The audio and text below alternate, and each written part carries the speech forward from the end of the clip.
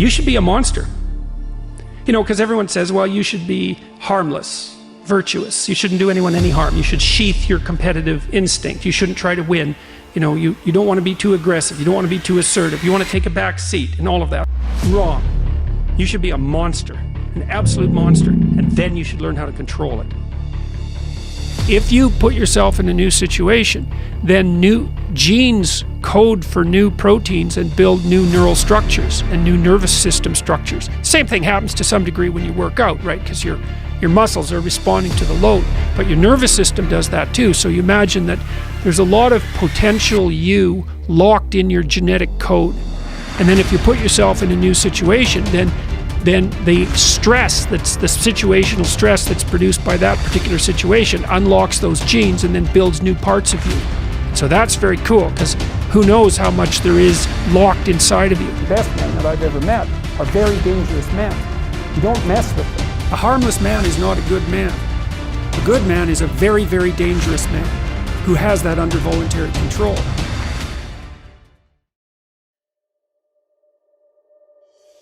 Women don't even like harmless men. They hate them. They like to claw them apart. You know, what women want are dangerous men who are civilized. And they want to help civilize them. Right? That's Beauty and the Beast. You're harmless, you're not virtuous. You're just harmless. You're like a rabbit. A rabbit isn't virtuous. It just can't do anything except get eaten. It's not virtuous. If you're a monster and you don't act monstrously, then you're virtuous. But you also have to be a monster. Well, you see this all the time. Harry Potter's like that too. It's like he's flawed, he's hurt, he's got evil in him. He can talk to snakes, man. He breaks rules all the time. All the time. He's not obedient at all. But you know, he has a good reason for breaking the rules. And if he couldn't break the rules, him and his little clique of rule-breaking, you know, troublemakers, if they didn't break the rules, they wouldn't attain the highest goal. So it's very peculiar, but it's a very, very common mythological notion. You know, the hero has to be a monster, but a controlled monster. Batman is like that, you know. I mean, it's everywhere. It's you know, again, in the Harry Potter stories, you see he's touched by evil, right? He actually has a soul fragment that's embedded within him that's as black as anything can possibly be. That's why he can talk to snakes. But without that, he wouldn't be able to have any victory. And that's exactly right psychologically. Unless you can think the way that an evil person thinks, then you're defenseless against them, because they'll go places you can't imagine and then they win. And so the best men I've met, it was interesting even when I was in junior high and high school, because most of my friends dropped out, you know, by the time they were grade 10, thereabouts. And a lot of them were guys who developed physically. They're pretty powerful, and they're just damn sick of putting up their hand to go to the bathroom. It was like, you know, they're not doing that anymore. One of my friends got kicked out when he sort of challenged the gym teacher, you know, physically. And the gym teacher, he could do an iron cross. He was a tough guy, and so it was no trivial matter for my friend to stand up to him, but he got expelled anyways. But, you know, I noticed that it was often the kids whose character I admired that either quit or got expelled, and they were the tougher guys who were just sick and tired of following rules that didn't take into account their character, and then they'd go off and work in oil rigs or whatever. And you could do that in Alberta at that time. That was really hard work, you know, so it wasn't like they were necessarily taking the easy path. But like, a harmless man is not a good man. A good man is a very, very dangerous man who has that under voluntary control. Like one of the central female stories, let's say, if the hero archetype is the central male story, there are variants of hero archetypes that are relevant to women, and one of them is Beauty and the Beast.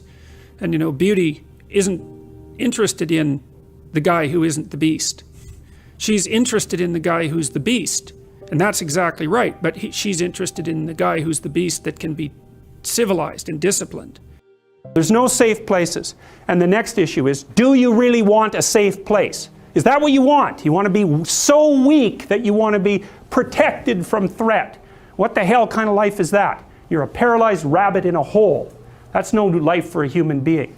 You should be confronting danger and the unknown and malevolence, because, and the reason for that too is, This is the weird paradox.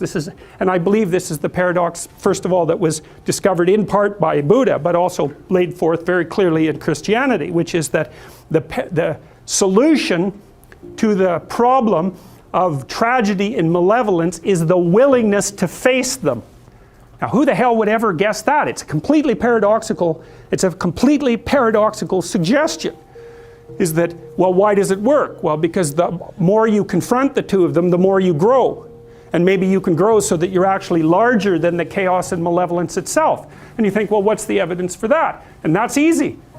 That's what people do. That is how we learn. Like every time you expose your child to something new, a playground, what are they exposed to?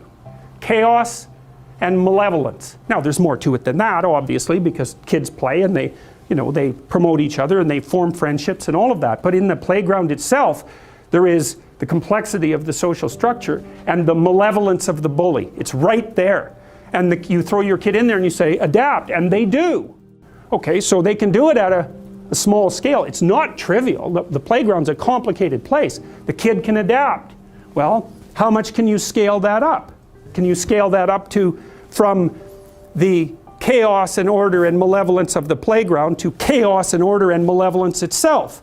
Well, that's the question. Well, I don't think there's any reason to answer that in the negative. So, because we don't know the full extent of a human being. And it is the problem that's worked out. So, in the Buddha story, for example, what happens after, so Buddha's world collapses in the same way that Adam and Eve's world collapses. It's a consequence of repetitive exposure to mortality and death. What happens to Buddha is he realizes that the little protected city that his father made for him, the walled garden, it's exactly the same motif that's in this Adam and Eve story, it's fatally flawed. That kind of protection cannot exist, and he discovers that in pieces, right? Which is exactly what happens to children, is that they go out, they discover a limit, they run back. And the parents can help them with the limit. They run out, they discover a limit, they run back. But at some point they run out, they discover a limit, they run back, and the parents have nothing to say to them. Because they've hit the same limit that the parents hit. Which is like, well, what are you going to do with your life? How are you going to operate in this archetypal universe? Well, your parents can only say, well, they can say you identify with the proper archetypal figures. They do that, they at least act that out for you, but at some point it's a problem that they cannot solve for you without making you weaker. Now, you can tell, I think one of the best, there's two pathways to the development of the shadow, and they're tightly allied with one another. The fundamental pathway is truth, and that's to face the bitter truth about yourself. But to break that down more particularly, you might think about that as the capacity to observe your own resentment. You're going to be resentful and bitter in many situations because you don't get what you want. And if you watch that resentment and bitterness, you'll see that it produces fantasies that can be unbelievably dark. And that can be very frightening, and you might not want to admit to yourself that you're actually capable of having fantasies like that, or impulses like that, or aggressive feelings like that. But the thing is that if those aggressive feelings and impulses and fantasies are integrated into your character, it's like you're opening up a dialogue with a part of yourself that can be very forceful and strong and dangerous. And it's really useful to be dangerous, because if you can be dangerous, you often don't have to be. And it's often weak people. For example, it's weak men, generally speaking, who rape. You know, that's a very, very common occurrence, and that's a violent act, but it's born out of weakness, not out of strength, that's for sure. And so, anyways, you attend to your resentment honestly, and you observe yourself and what you're actually like. You got to pay attention as if you don't know yourself, as if you might harbor hidden devils.